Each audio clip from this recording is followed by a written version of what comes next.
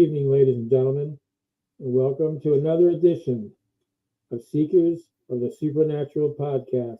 I'm your host, Tony Sparra, along, of course, with Dan Rivera, Chris Galorn, and Wade Kirby.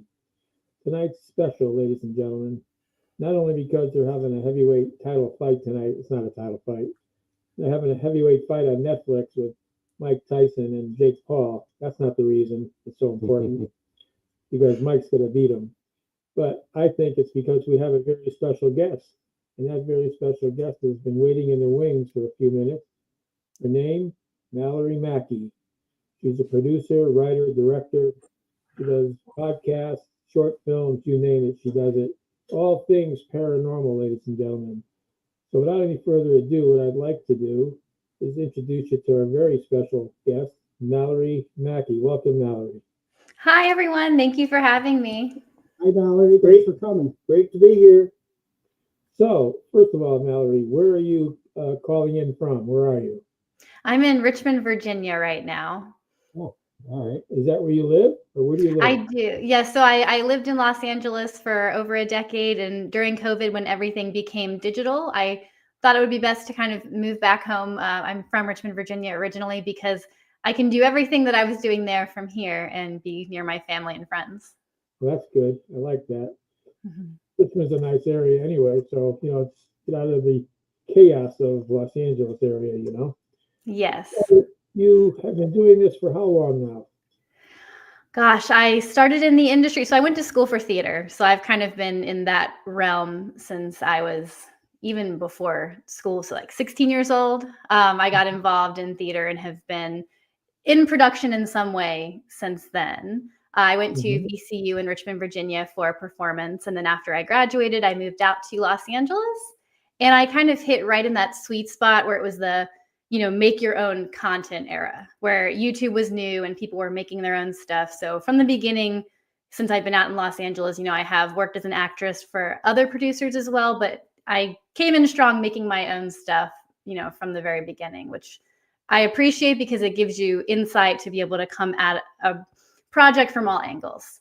Being able to be a producer gives you that technical mindset that kind of, you can use both sides of the brain when creating a piece. Yeah, and it comes out the way you want it to come out, right? It's not like Ross edits it and shows it to you and goes, "Is this good enough?" You'll know it because you're doing it, so you'll know what's good enough. How and why did you connect the paranormal to the project?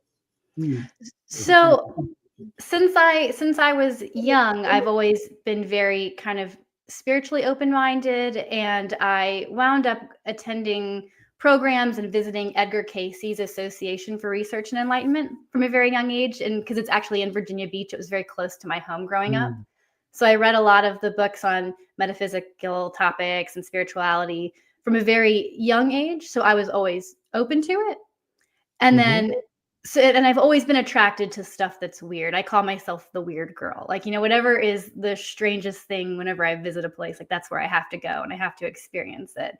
And it kind of led me down a road as I kind of grew up and became more of an adult, where I started studying anthropology. So recently I've gone back to study anthropology, but specifically specializing in occult studies, in folklore and mythology. So more of the stranger sides of belief systems. Right. And that kind of mixed with the love of the paranormal and, just growing up with the Edgar Cayce ideals kind of conglomerated into Weird World Adventures, which is the TV show and podcast that I do. And you've been working on that for years now. You've been traveling everywhere. Yes, it's been since I think I conceptualized it maybe in 2018, and we actually started working on it in 2019. And I knew right away, it's combining everything I love. It was when I kind of found myself as an adult, and I knew that I wanted to work in travel. I had just professionally become a writer. It was earlier on in my writing career, and it combined the anthropology and the paranormal and, the weird, the art stuff too. A little bit of everything kind of all came together. And I conceptualized the show and started working on the pilot in 2019. And it went through so many different iterations because the industry has just changed so much since COVID. Yeah. And where can we find your show? Is it on Prime? Yes, it's on Amazon Prime right now. Yay! What's the name of it? What's the name of the show? It's Weird World Adventures, and if you search weird on Amazon Prime, it comes right up. I was all excited because in the beginning, if you put in weird, I'd come up next to Fallout, and I'm like, yeah, that's me. Weird World Adventures.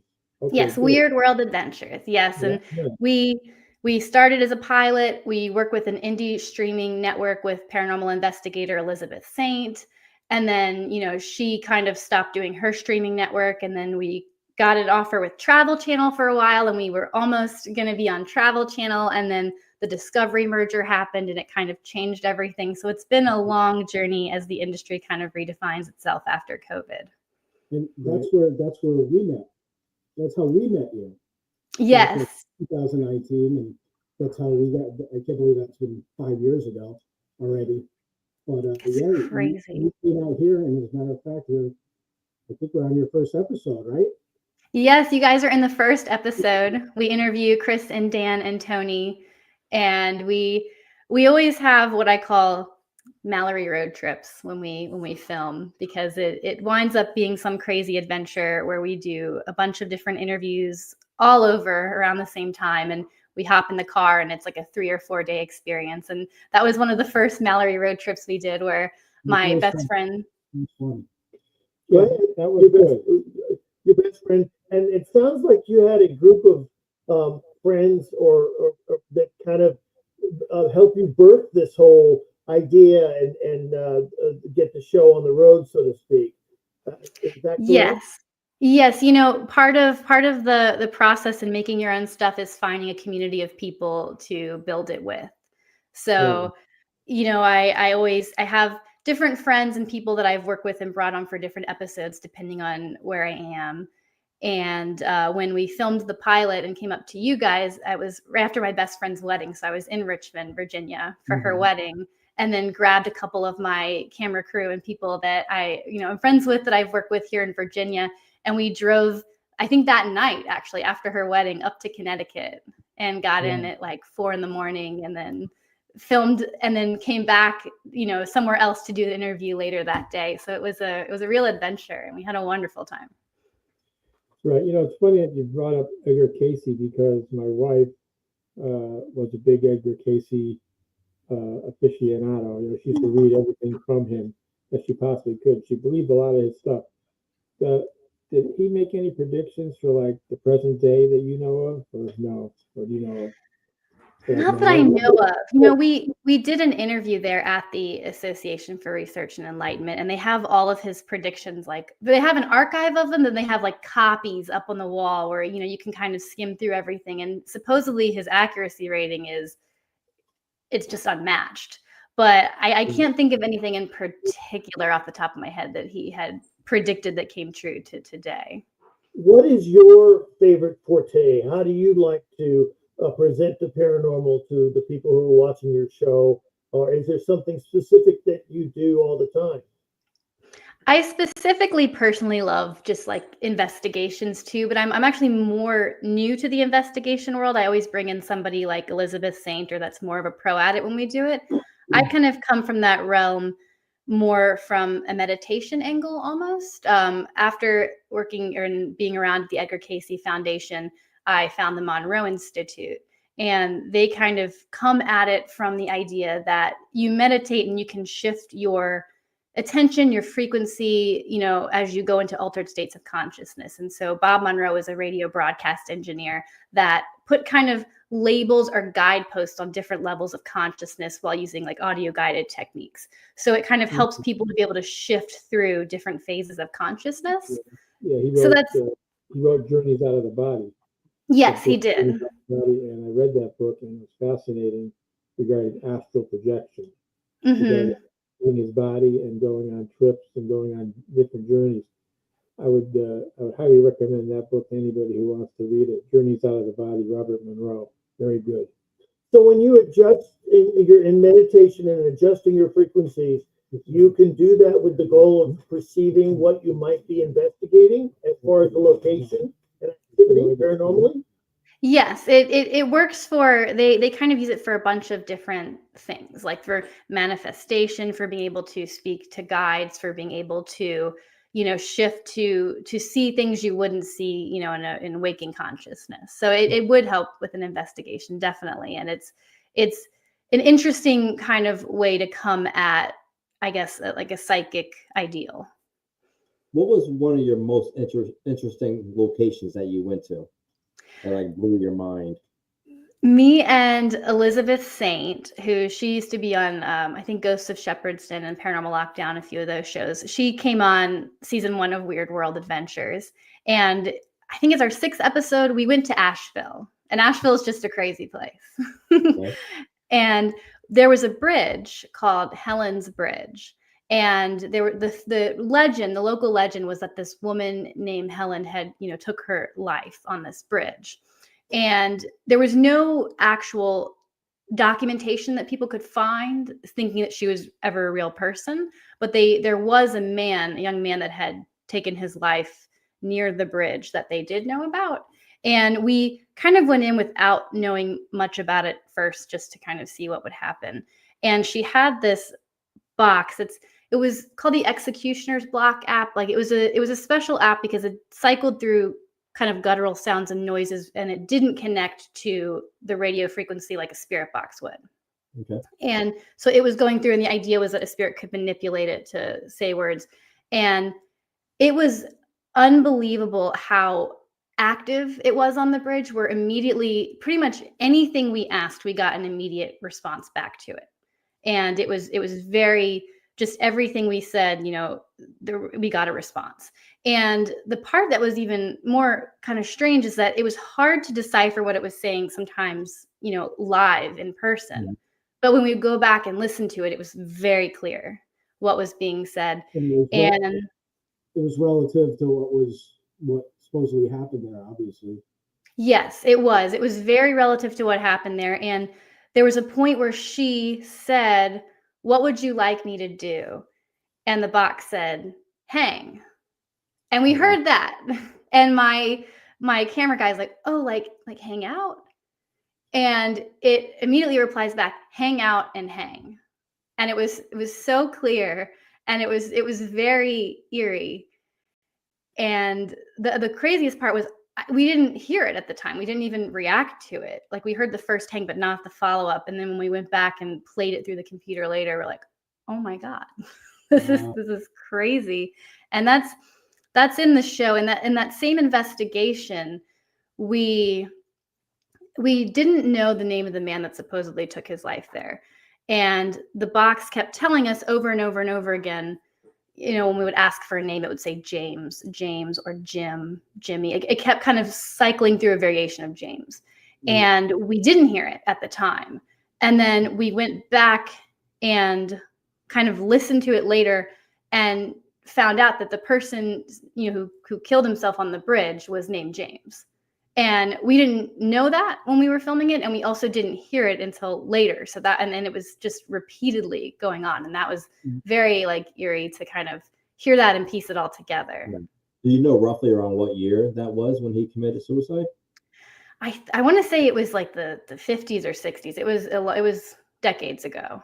So it was a suicide. It wasn't like a lynching or a hanging. No, he took his own life, definitely. And then the interesting thing was there was no records of Helen, and they call it Helen's Bridge because that's the legend. And the box kept saying Helen, and it was all just very stereotypically what you would think. So it kind of made us wonder, maybe Helen's not real, and maybe people come here and they give all this energy and attention to this, fake Helen. So it's building a presence there of just people's energy expecting to find Helen, and she doesn't really exist.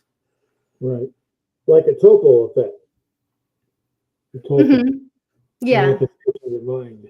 Yeah. Yeah. And more people that come over and over and over to reiterate that and establish that. You said something about 4 minutes ago that was very interesting, and I just want to bring it up again. And most of the times as paranormal investigators, you go to a location and we are looking outward towards any activity, presence, or anything that we could perceive ourselves exterior. but Mhm. you were talking about alternating your mind to open up so they can perceive and communicate to you. That's Mhm. groundbreaking, and I really like that angle. So that's great, a great accomplishment. Thank you. She's happy. She's happy. She's fine. Yeah, Did you lose Yeah, audio? you know Are you- what are it you- was. Can you hear it? Say something. I can hear you. No, we can't hear her. We can't hear you. We lost audio. Oh no. Hold on one sec. It's been weird here tonight with audio and Hold on one sec. We got our whiz Dan here. He's gonna fix it up for us. It's gonna take a minute. I don't know. Can you hear us? Raise your finger if you could hear me. Wait a minute, guys. Okay, good. so good. She can hear us. That means the audience can probably hear us too, right? Mhm. Can hear us. But we can't hear you right now, We're Mallory. Dan's gonna Okay. be. There we go. Ah. Ah, You're back. yay. So to reestablish the question or thought, you are with your concentration in mind, meditating to open so that they can communicate to you and you can do vice versa, correct? Yes. Yes. I grew up very like clairsentient and being able to feel things. So it's kind of, I think, came from that. And then the teachings at Edgar Cayce and the Monroe Institute also are very much about, establishing yourself and starting there and then expanding your awareness out. When you do that, typically, do you have other investigators using mechanical devices, or do you just go without interference like that? Typically, we have people using other devices and things as well. I'm fascinated with the tech devices. I'm pretty oblivious and underexperienced in them, but I enjoy them very much. Elizabeth actually is a great counterpart to me when we do that for Weird World because she's an electrical engineer. So she builds her own equipment and kind of comes up with new ways to do things. So she's kind of the pro in that. So it complements that well. That really rings a bell with the Nesper team because I knew 2 years ago nothing about the mechanical devices, even REM pods, and Dan has taught me, and I'm still learning, of course, but I'm a stick in the mud with my old ways. But he's been great teaching me on every case and location, so we have a lot in common there. Good for you. I'm still learning these devices too. So. And they're changing literally by 6 months. Right. 6 months, they're getting better and better. But it's cool when you can have like a few different devices that kind of are giving you the same thing at a location, and sometimes it confirms what Wade is feeling while he's there, and then maybe it gives you a name, and then another device gives you the same name, Right. and it's cool with Yeah, that. Yeah. 10 years ago, it was just a digital recorder and your camera and what I'm able to hear, and then go back on the recorder, and it confirms exactly what I heard with the EVPs. And then you have that, I think it's called a ghost box, where you, like 5 years ago, you would just hear radio stations, and then it would, what was that called? See, I lost Is spirit that- box. I lost What? Spirit box. Spirit box? I don't even know the name. Now, see I lost it. see how patient they are. It'll come Now back. it's coming back. Okay, there you are. So Mallory, what are you working on right now? Wait a minute, you all right? Hold on. Hold on. wait, hold on. We're good. Something We're wrong good. with Go ahead. Go ahead. The Heimlich on way. Go ahead. We're in the process of filming season 2 of Weird World Adventures, which will release on Amazon Prime the probably fall next year. So just in kind of time for Halloween. So we plan to have annual releases of each season. There should be 10 episodes. Any secrets you can tell us? Any secrets you can tell us? Any Yes. hints, any teasers? We opened the second season. We got to stay the night at Dracula's castle in nice. Romania, and it was a dream come true, and it was wild. And it's funny because everybody in Romania was like, "Careful for the bears." Apparently, bears are a problem up there, Really? and so we were more afraid of finding bears, I feel like, than finding anything paranormal there. Wow. Yeah, but the history is phenomenal there. Oh, it was incredible, and we hunt. Go ahead. No, you go ahead. We hunt for the 7 gates of Guinea in New Orleans too, which is exciting. So in voodoo culture, there are 7 gates to hell, and each are guarded by a loa, which is like a spirit into the underworld, and we kind of hypothetically figure out where those would be based on the lore, because no one's actually done that. And we had a lot of fun doing that too. So you guys were able to travel around there and pinpoint where these areas, were. Yes. And we found some really interesting things. That's going to be on Amazon show? Yes. Show?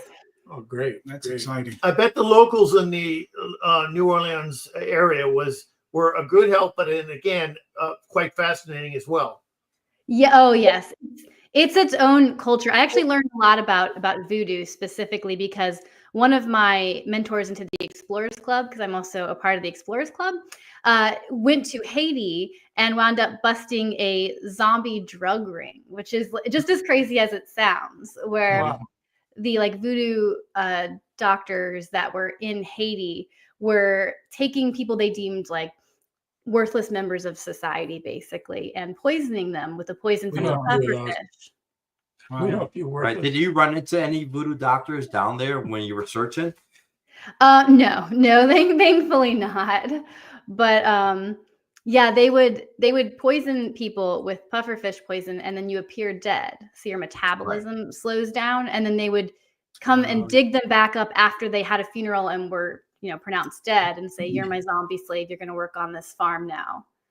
And it was like an actual problem. Yeah, that sounds like a good movie. Like make a movie. Yeah. I think they did make a movie about it. Yeah. Sounds familiar. So let me hope people can hear me because I'm trying to talk loud. No, they can hear you now. So, fine. Do you know of any places that you'd like to investigate, like say in Los Angeles, where you're from, that you haven't?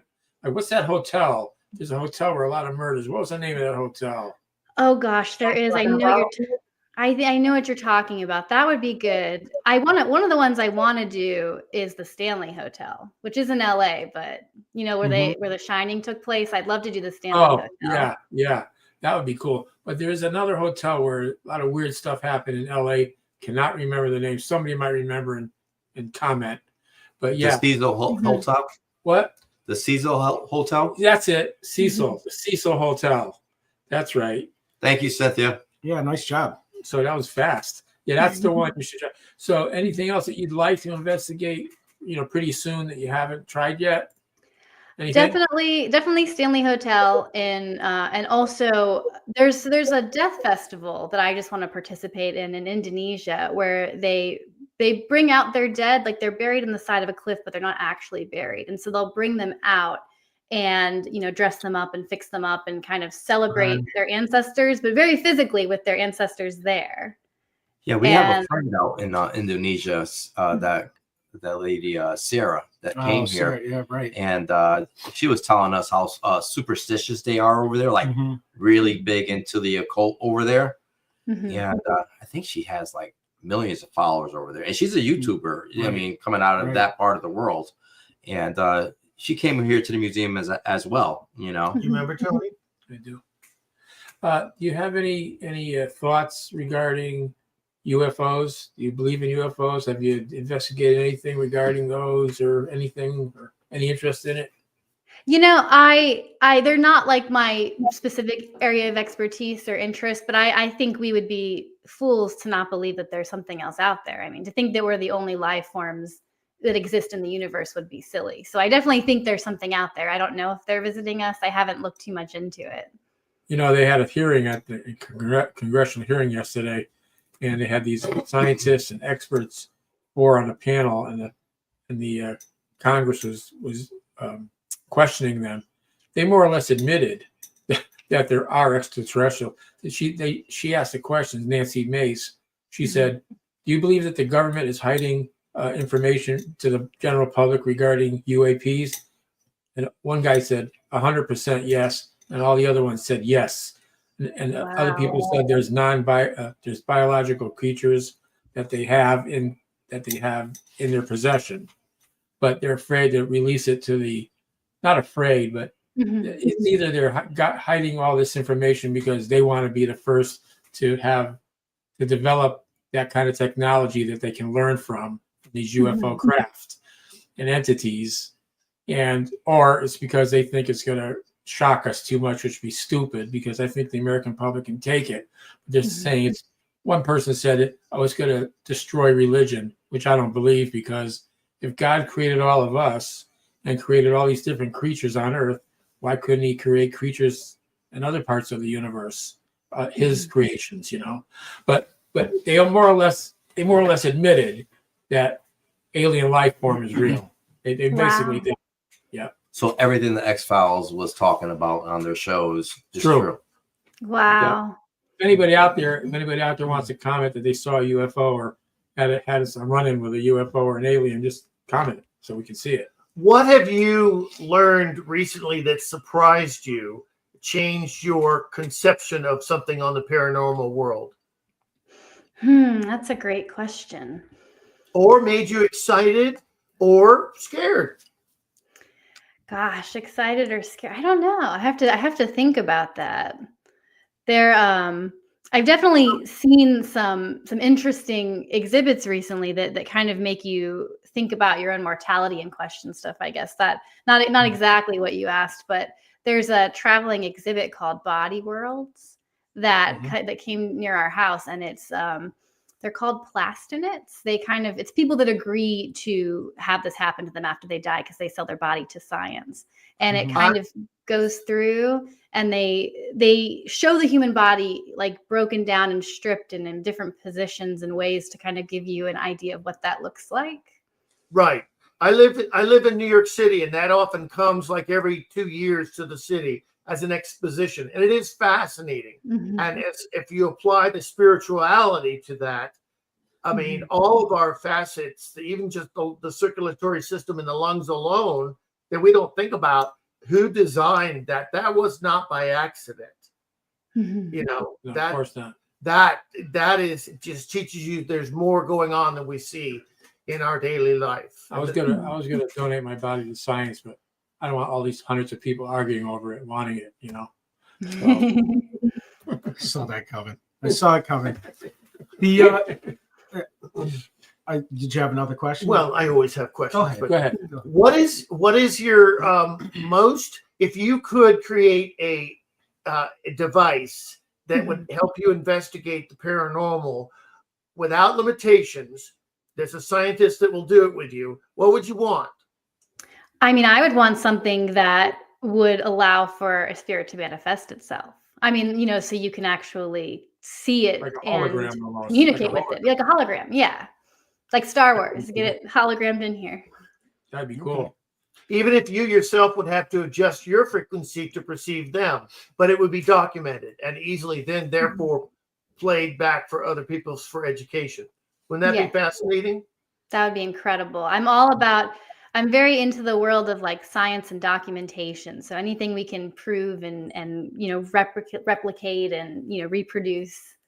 Mallory, I would like a device that we could turn a dial and it could show the third dimension. You turn a dial to the fourth, and the same, without moving the camera, same lens setup, you can see the fourth dimension on top of it, to the fifth, to the sixth. Leave it there. But wouldn't that be just mind-blowing? That would be incredible. You're blowing my mind. Well, I've seen some videos. I don't know if they're real or not, where people are opening up portals and they're showing like this device, and it's just like, I don't know if it's a magnet that's spinning around this gyro, and in the middle of it, a portal starts opening up. Not good. And you can see like another part of the world inside of that portal. That's wild. Like a wormhole. It's like a wormhole. Can you imagine if that's real? If that's well, so cool. Dan, you bring up another point, and Mallory, check this out. If we could do a device that would show the different dimensions, I wish also that there was an education, mass media, mass social outreach that could teach them the dangers of doing something like that without protection, such as creating a portal or having a lower frequency entity invade your space or your home, etc. And you'd better educate the people about the dangers of that. That I think would be one of the most, probably the third most useful thing that I would desire if we could make a device such as that. I mean, that makes sense because if you think about it, I sometimes volunteer on conservation. I work with penguins. And before you go work on a project like that, the first day is just, here's the safety things. This is what you need to do. This is what you need to avoid. That's just part of, making sure you don't hurt yourself. And it's the same thing on film. You have to have a safety talk every day if there's going to be like a fake weapon or something, just so that you feel safe and you know what you're supposed to be doing. So why wouldn't it apply to that? That's a great idea. Right. Season 3. Keep that in mind. Yes. Coming out in the fall of next year. Yes. Season 2 is coming out in the fall of next year. Season 2 is coming out in the fall of next year. Season 3, she'll have a little disclaimer in the bottom of the screen. Watch what happens at frame so and so, and how we can avoid that. So, have you been to Egypt? No, but I want to go to Egypt so bad. It's been on my bucket list for years. I'm secretly obsessed with the Mummy movie from 1999 with Brendan Fraser. Evie O'Connell's my spirit animal. Yeah. And so you want to go more to like the Valley of the Kings? Definitely. Okay. I would definitely want to go there. There's just been so much, I guess, conflict out that way, and it hasn't worked out yet with what we've planned, but I do intend to go to Egypt, definitely. Congratulations on getting accepted into the Explorers Club. Thank you. Can you tell us about that, and how did you become a member, and what's that process? Yes, so the Explorers Club is a centuries-old club dedicated to exploration, specifically field sciences. Right now in the modern age, it's more space travel. So like, all the astronauts you can think of are a part of it, and also a lot of marine biology because the ocean is so not well explored. But back in the day, Teddy Roosevelt was a member. Like it goes back that far. And in order to get in, you have to have worked on some kind of scientific field expedition. So when I started studying anthropology, I volunteered on an archaeological dig in Cambodia at the temples of Angkor, and that was just amazing. And so that kind of started the qualification process for me. And then I volunteered on penguin conservation just for fun because I love penguins. Mm-hmm. So I lived on Robben Island for a month and worked with penguins in Africa. And from that, I kind of qualified to join, but you still have to know someone. Like it's a social club. So I spent some time. So you probably need a sponsor or something, right? I think I'm on it. Yes. You have to be sponsored by 2 different people. So I reached out to the Los Angeles chapter when I was there, the SoCal chapter, and the head of the club there is just incredible. And he found a lost city in South America, in Honduras. Like it's just crazy. And he's a wonderful guy. So do you think Elon Musk is part of this society as well? He is. He is. Okay. He is. You would think so. He is, yeah. We lost Tony. Oh, we lost Tony again. That's okay. We've been having problems with our audio and video, I'll go all night. Tony, you want to sit with me? I'll go sit with one of us. Let's try this here. All right. No, it's just knocking right out. So saying that with Elon Musk, I mean, he's amazing. I know he's brilliant, and his mission, is to get us out into outer space. And it's just amazing how he developed these rockets that could, take off and land, remotely. What do you think about that? I mean, even like exploring out to Mars. I think it's the next step. There's so many people in the club now that work with SpaceX too, and it's kind of the next frontier. Like it is because we've explored most of the land masses we can here on Earth, and while there's still the oceans, the people are still thinking ahead. It's a bunch of people that are jumping ahead, and that's the next place to go. So they're actively working on space travel and development right now. And I think I think that would be great. Now, would you like to go out in space? Go out in one of those rockets? I would. I would probably vomit horribly. I'm not like it's weird because I'm an explorer, but I'm horribly motion sick all the time. I have a hard time on boats, so I can only imagine how painful that would be in a rocket. Yeah. Yeah. I'd still do it. But on your research digs. Just between the 4 or 5 of us in this room, do you have any, how should I put this, souvenirs? And have you done any readings or vibrations off of them? I don't have any souvenirs because most of the places I go are UNESCO World Heritage sites, so you can't take anything. Like you can't even take a rock technically. I figured. Yeah, but I have souvenirs from like a gift shop or something. But Robben Island was a weird place. Everyone that goes there thinks that it's haunted. That's where they held Nelson Mandela. It was a political prison for many years. And it was originally, I think, an Irish settlement. It was a leper colony. So there's a lot of graves just all over the island from where the lepers had died and were buried. And it became a military base for World War II, even though it wasn't used. And then they kind of converted it into the political prison. And it was a pretty rough place to be. That's where they held Nelson Mandela.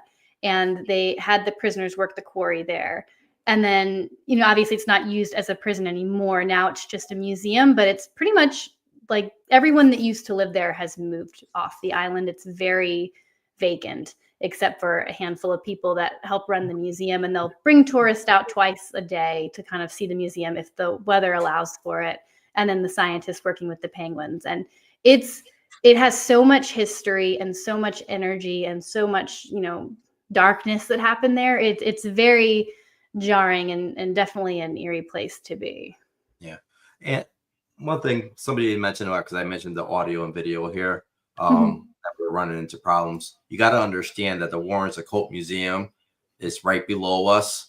So it's not like, our settings on our computer are constantly have been changing on their own. So that's one of the issues that we've been running through, happening here. Dan is absolutely correct. There will be different activity happening every other week when we do the broadcast. Something different, something new, and We haven't changed any settings. no, or cables, etc. So, and just before the broadcast, I did bless the room with holy water. So it's not anything technical on Nesper. It's just we've got some energies that we have to combat and stop every broadcast. It's very frustrating. Well, what better place to have a podcast, right? Well, yeah, and learn about the paranormal. Does anybody have any questions? Just throw them into the comment section. Yeah, for Dan, I don't know if you want us, to take for anybody. live phone calls. We can take live phone calls Here's the thing. if you want. Yeah. If it's going to work. If it's not going to work, we won't do it. Well, do you want to give the number out? We'll make sure it's going to work first. No, it's going to work. Yeah, so we're going to try to see if anybody wants to phone in and ask Mallory or us a question or even tell us a story quickly. We'll do that. Dan's setting it up right this second. Mallory, what are your paranormal shows that you like to watch? I loved Ghost Hunters back in the day. That's kind of what brought me into it. I was in college, I think, when it was really big, and I then moved out to Los Angeles, and I would watch Ghost Hunters and Destination Truth. Like Josh Gates is kind of one of my heroes that inspired me with a lot of that stuff. Yeah, he's great. His shows are fun. Yeah, he's like the next Indiana Jones. Okay, he's so great. the phone number is what to call in? You ready, Dan? Or I'm ready. The phone number to call in, ladies and gentlemen, is 203-615-2714. I'll put it in the comments. 203-615-2714.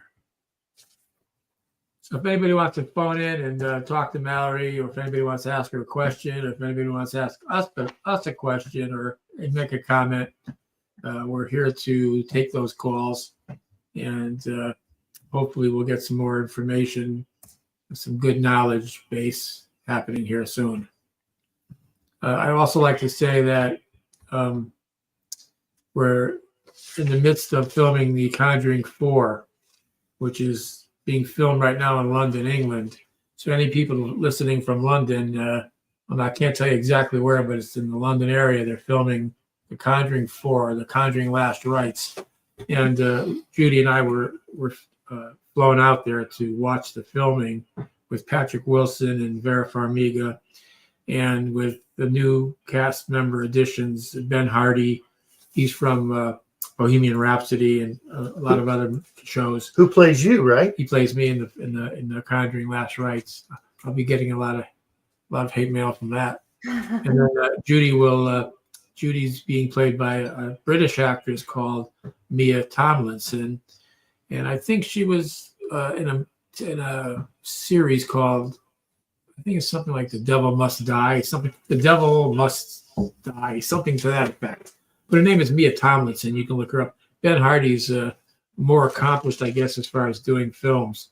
But Bohemian Rhapsody, he played Roger. He's going to be playing me in The Conjuring 4. So, and we have a cameo in it too, Judy and I. So I think that'll be fun to watch. It's going to be released, we believe, September 5th, 2025. Are there any phone Pretty calls? exciting. Yeah, No- pretty no phone exciting calls. because No they phone flew us calls all yet. the way out. They flew us all the way out to do a 3-minute part of the film. You know what I mean? Just to be we're in the same scene with Vera Farmiga, who plays Lorraine in the film. So I think it's pretty exciting myself to be rubbing elbows with these big stars. You know, like Patrick Wilson is one of the most down to earth people you'll ever meet. He's like a regular guy. You could just he'll bump into you and start joking around with you, things like that.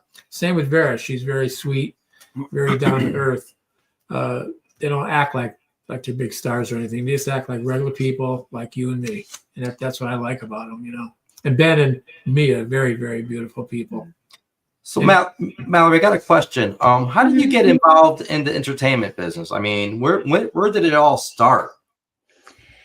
It started, it's all about who you know. And I started in school here in VCU for theater. And it was through connections. We did like a showcase out in Los Angeles my final year. And we met with people in the industry. And it pretty much kind of snowballed from everyone that I met from there. So it was, doing the showcase and then meeting more people and then meeting more people and then making connections. And it was pretty much that. And then also nowadays, just making stuff happen for yourself, because, Right. you can go on 100 auditions and you're not going to get anything, or you could get one, job from 100 auditions, but you have the control to make things yourself. And especially with the social media age, everyone's doing it now. It's something that you can and should do and put it in your own control.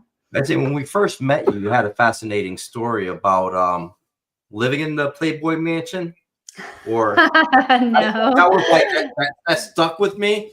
Because for that time, Did you live in it? it was MTV was having the show from the Playboy Mansion with Holly and Bridget. He remembers all the names. No, except for one. I can't remember one. The other girl, I can't remember. Well, Kendra, I wrote. There you Yeah, go. I wrote a book about being around Playboy because I was friends with one of Hugh Hefner's sons, and I kind of got like pulled into that world. And it's weird because it was kind of almost like my first, like, I don't know, adventure into anthropology, because it was like its own world. So I just, kind of observed and watched and wound up writing a book just about being like a normal person brought into that world. Right. How was the mansion? was The nice interesting. inside? The nice inside? Yeah, it was fine. It was very not what you would ever expect it to be like. Very down to earth. Something funny. Nobody here, but probably me, remembers it. Of course, I remember the first edition of Playboy. No, they don't remember. I know they don't remember it.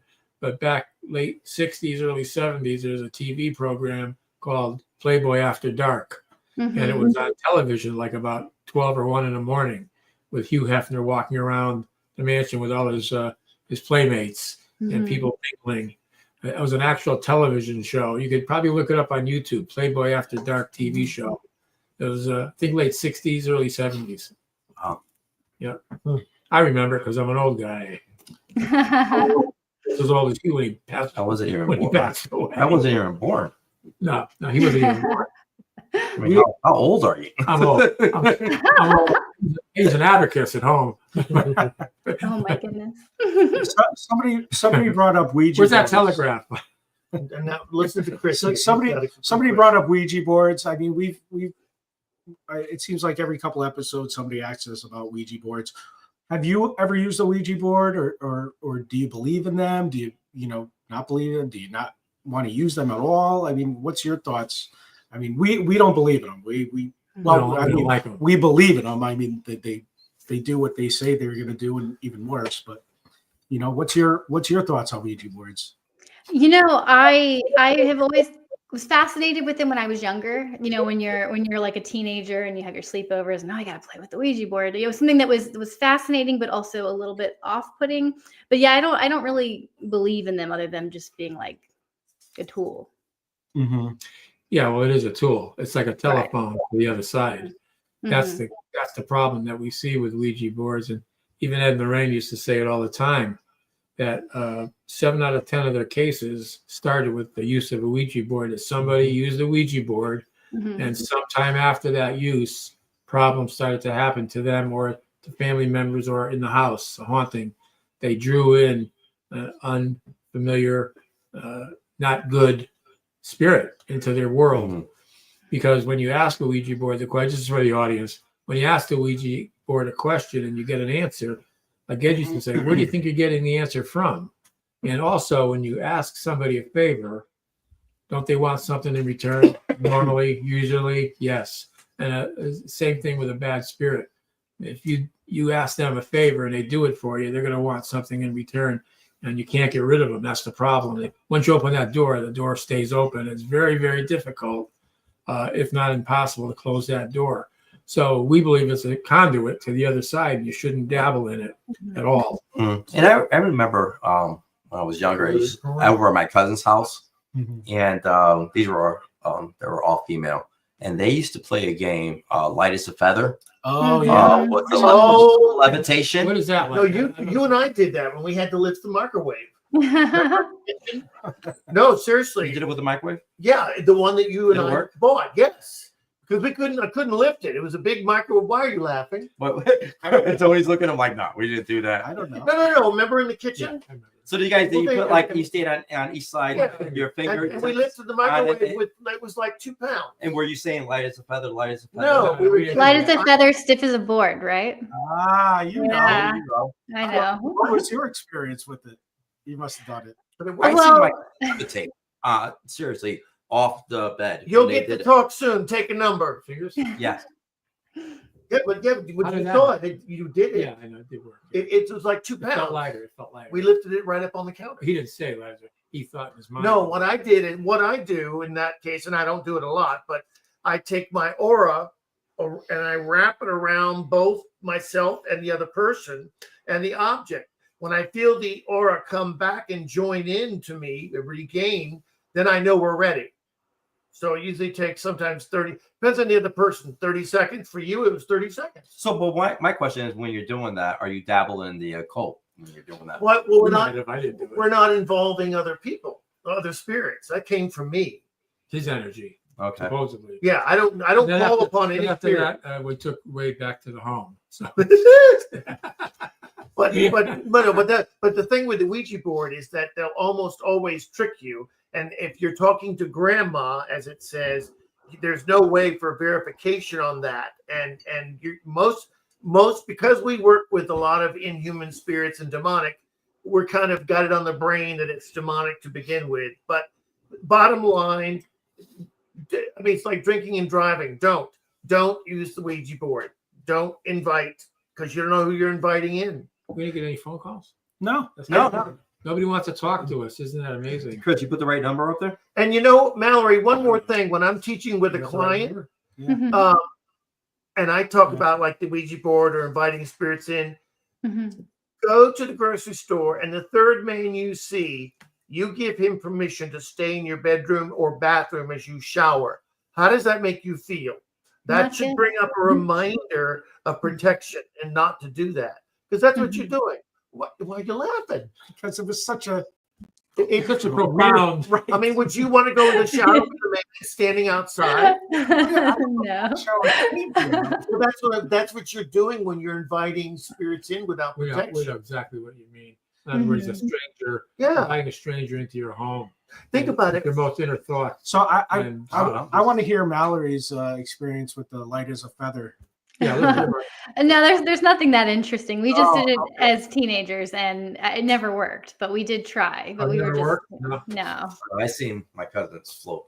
Yeah, we would lift the people up with their hands underneath them without touching them, and they would go You up. think we can do It that? was You think you and I can do it, Chris? But they freaked out dinner. when You my think- cousin you levitated. think- Like Chris, my I other think you cousins, and I like can do freaked it out this and they all way. ran out of the I room. don't think so. All right, one conversation at a I time. think we could do it with taking it seriously. Let's do it with Certainly Wade. making it offense. I was gonna do it with Chris Galore. Me and Wade do it against No, Chris. you need a few people. That's A lot of energy. That's a lot of energy. No, that Duty. That's that- like nuclear that- energy you need that- for that.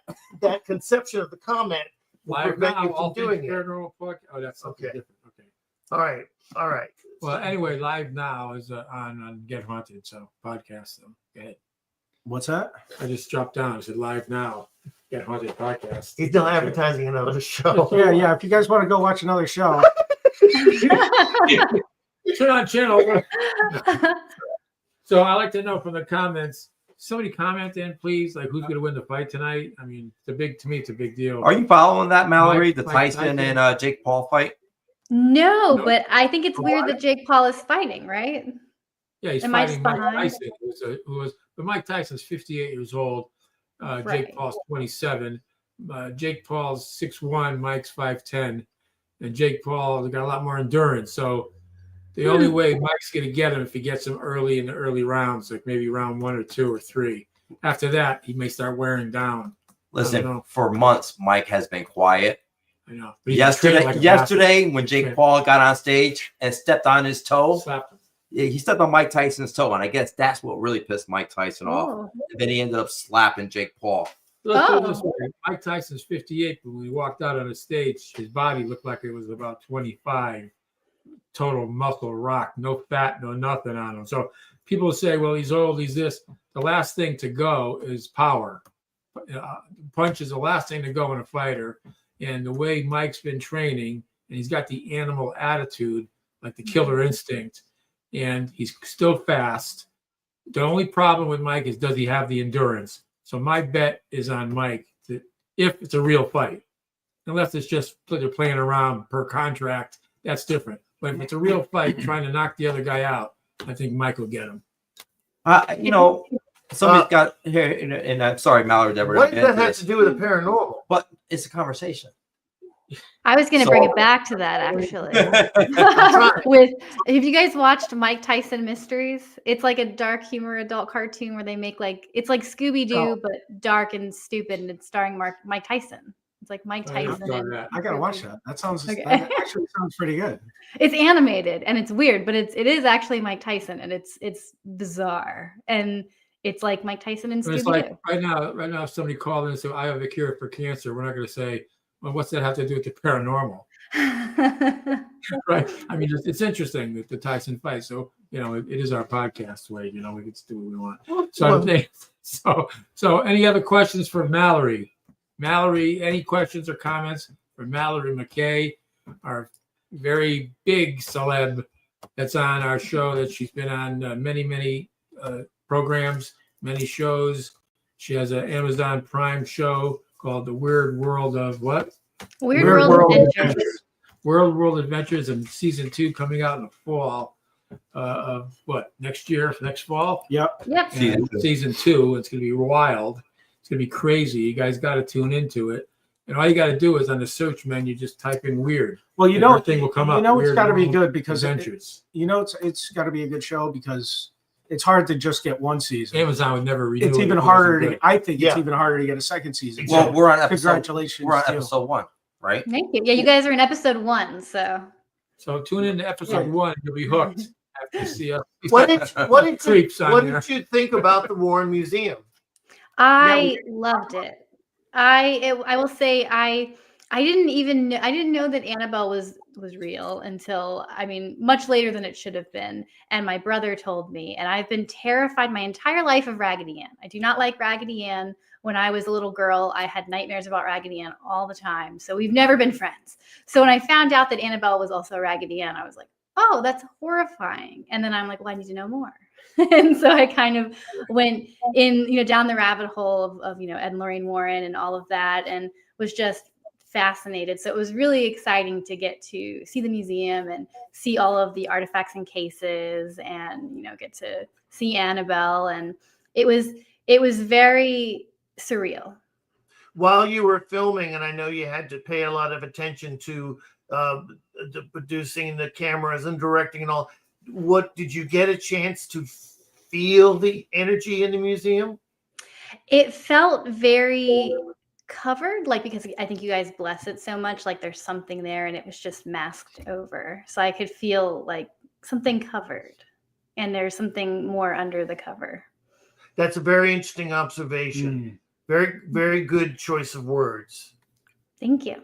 So is there? Go ahead. Go on, yeah, go ahead. No, I'll finish up. No. Go ahead. You finish it. Well, we're winding down. We're a couple more minutes here, and we'll be winding up. So go ahead and ask. Yeah, no, that's what I was gonna say. Okay. Well, are you working on anything now? Are you appearing anywhere, or you got anything you want to plug, or besides the show? Well, aside from the show, which you can watch season 1 now on Amazon Prime, like we said, season 2 is going to air next year. Yes. So there's the Weird World Adventures podcast, which is just like a companion podcast to the show. It's available everywhere you would find podcasts. So Spotify, Apple Podcast, YouTube, Pandora, iHeartRadio, everywhere. So anywhere that you would do podcasts, you can check out the Weird World Adventures podcast. I also have a blog. So I'm a writer by trade too. That's kind of what I like. An editorial writer was something I did professionally for the last decade. So I started my own blog called Mallory'sAdventures.com. It's MALORIES adventures.com. And that kind of it has our interviews, just, and some of them have video format, some of them are just text format, and just kind of weird places you can go around the world, interesting myths and legends, weird history, true crime, a little bit of all of that. Wow, that's terrific. So tune into our podcast too, ladies and gentlemen. What is it? The Weird World. What's the podcast name again? Weird World Adventures. And what's the one about the Mallories? What is Mallory's? Mallory'sAdventures.com. Okay, good. I put it up there. We do have a phone call coming in now. Okay, what is it? All right. Let's see. It's probably the bill collector that I didn't pay back. Well, maybe. Yeah. Hi, welcome to Secrets of the Supernatural. Okay, this is Cynthia. Where are you calling from, Cynthia? Sophia. Oh gosh, Memphis, Tennessee. Oh, thanks for calling in. What's your thanks for thought? having me. I love y'all's podcast and your channel and everything. I've been following y'all for quite a few years. Thank you. Thanks. So, do you have a question or comment? Question or comment? I have a comment. Y'all were talking about the Cecil Hotel earlier. Yes. One of my really good friends is from LA, and excuse me, she actually through some really bad family stuff, she ended up being homeless for a couple of years. Her and her daughter were, and she told me that the Cecil Hotel, of course, is like abandoned or, like falling in or whatever. And she said quite a few homeless people would go there for shelter, and they would hear, they would hear stories of people that had supposedly jumped off the roof and stuff. But I kind of have an idea or a theory that there's a lot of paranormal activity going on there. And so I'm thinking people were probably pushed, by something unseen. Well, that's a real possibility. Things like that do happen to people, and they're unexplained. Yeah. Those are things that you can never ever find out what happened to people. Like one time, Ed Warren told me about a woman that was driving home one night with a passenger in the car, and she yelled out, "Oh, a deer! Watch out!" And the woman swerved and hit a tree. There was no deer there. It was like a phantom entity that was just shown to her. So yes, things like that could definitely happen. And actually, that Cecil Hotel has murders and things that happen. I think a young girl went missing, a teenager, and they found her on the roof of that hotel in the water cooler, on the roof of the hotel, buried in water, in the water cooler. And they could never find out what happened to her, even with the surveillance cameras. They couldn't tell how that happened. Was that the Cecil Hotel? Yeah, I think so. I remember. I think it was a Cecil. Pretty sure. And so weird stuff like that, unexplained events happen in the supernatural that it's almost impossible to find answers to. Like that, like you're talking about. it's amazing how many people that, I mean, I'm selective who I talk to about this stuff because I've had so many paranormal activity experiences in a home I used to stay in with my former boyfriend. It was this family childhood home, and I think some really bad stuff went on there. Mm-hmm. And maybe sometime I'll write you guys a letter and tell you guys of everything that happened to me in that house. I would consider it demonic infestation. Okay. But, I was protected. The Holy Spirit and God brought me through that. It was horrible. But I'm glad you made it through. What was your name? Cynthia? Cynthia Cole? Yeah. Cynthia. Why don't you send us that email when you can? Chris, put up the email address if you could, too. It's NESPR2 at yahoo.com. NESPR, which means New England Society for Psychic Research. NESPR, then the numeral 2 after it at yahoo.com. And in the subject line, just put, who you are or say incident happened at, and we'll open it up right away and we can answer it. But yeah, Cynthia, you should do that. Write down those things that happened. We don't want that lost to history. We want to know things like that. Well, yeah, I feel like just from following you guys' channel and, hearing what y'all talk about and others, people's experiences, I really feel like it was demonic, but I will write into you guys and see what I would really like to know y'all's opinion because it's bothered me for years. I was just glad to get out of that house, but anyway, if you go ahead. Sorry, Tony, go ahead. The difference between demonic entities and human spirits are big. A human spirit that stays lingering in a home cannot really hurt you. It can move things, perhaps, like move your car keys maybe a little bit, turn the doorknob, flick a light on. A human entity that, for instance, has passed away in the house and remained earthbound, which we get a lot of that. But a demonic entity has much more power, much more strength, can move like a refrigerator, can shove you down the stairs, can throw you off a roof kind of thing. Once you have a demonic, you'll know very quickly. Right. You'll feel it. Your mother, your grandmother who passed on, who lingers on, doesn't want to scare you. If you saw her, you'd say, Gram, what are you doing here? But in a demonic entity, you would instantly feel that fright all around you, that feeling of fear all around you. So there is a big difference, but you should write into us and we could discern what happened in that home. Yeah. Cynthia, hey, thanks for reaching out to us, and we'll receive your email, and either one of us will reply back to you, and Tony most likely will reply back to you on that, and maybe we'll have you back, and this will be another discussion we could have. Wonderful talking to you. Thank you for your insight. Thank you very much, and Tony, thank you to all of y'all, and Tony, I still want to get one of Judy's bracelets. I just haven't sent the email yet. Sorry. All right, when you do, we'll we'll answer you. We'll send you some samples of what she has available, and you can pick what you want. Okay, well, thank you. Okay, you're very welcome. Good night. You've been part of it. Thank you. Same to you, Cynthia. Bye.